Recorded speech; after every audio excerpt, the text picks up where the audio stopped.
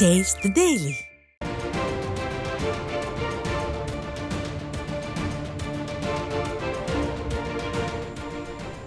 அண்மை செய்தி.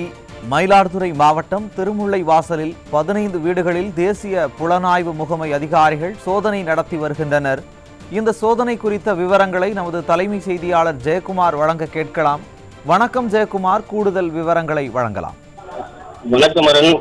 NIA என்று சொல்லப்படுகின்ற தேசிய புலனாய்வு முகமை அதிகாரிகள் சென்னை, தஞ்சாவூர், மயிலாடுதுறை உள்ளிட்ட 20க்கும் மேற்பட்ட இடங்களில் அதிகாலையிலிருந்து தீவிரமான ஒரு சோதனையில் ஈடுபட்டு வருகிறார்கள்.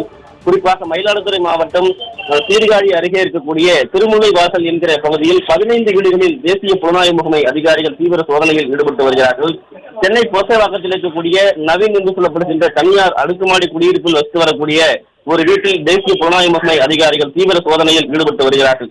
குறிப்பாக குழுக்களாக பிரிந்து ஆயுதம் ஏந்திய போலீஸ் பாதுகாப்போடு NIA என்று கூறப்படக்கூடிய தேசிய புலனாய்வு முகமை அதிகாரிகள் இந்த தீவிர சோதனையில் ஈடுபட்டு வருகிறார்கள்.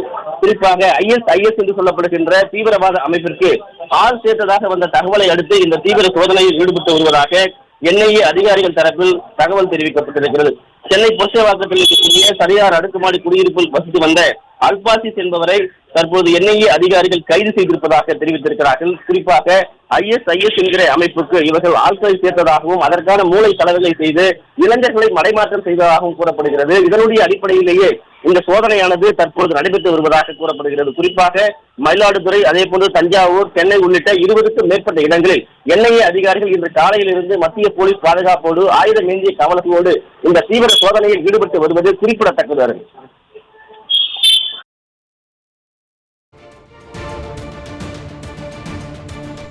விவரங்களை வழங்கியமைக்கு நன்றி ஜெயக்குமார்.